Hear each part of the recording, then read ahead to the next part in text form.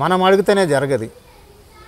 ఈ ప్రాంత ప్రజలు గత 40 to 50 years వీళ్ళంతా ఈ ప్రాంతంకి వెళ్ళి ఈ రాష్ట్రాన్ని నడిపడానికి డబ్బులు ఇచ్చారు. ఇక్కడ ఇండస్ట్రీగా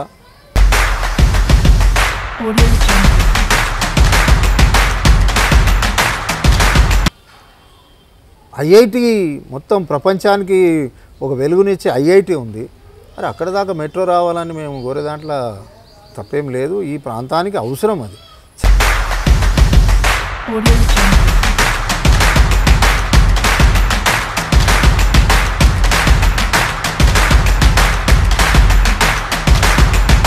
బీజేపీలోనే అభిమానులు, బీజేపీతోనే మీ ఎదుగుదల సాధ్యమైంది. మరి దీని గురించి ఏమంటారు?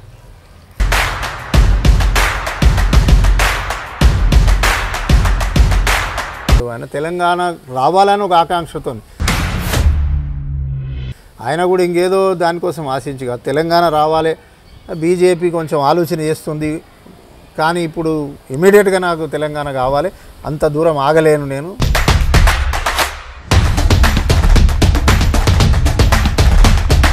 ఇమీడియట్ కావాలంటే కొత్త పార్టీ పెట్టి కొట్లాడతానేనని ఒక లైన్ తీసుకున్నాడు ఆయన.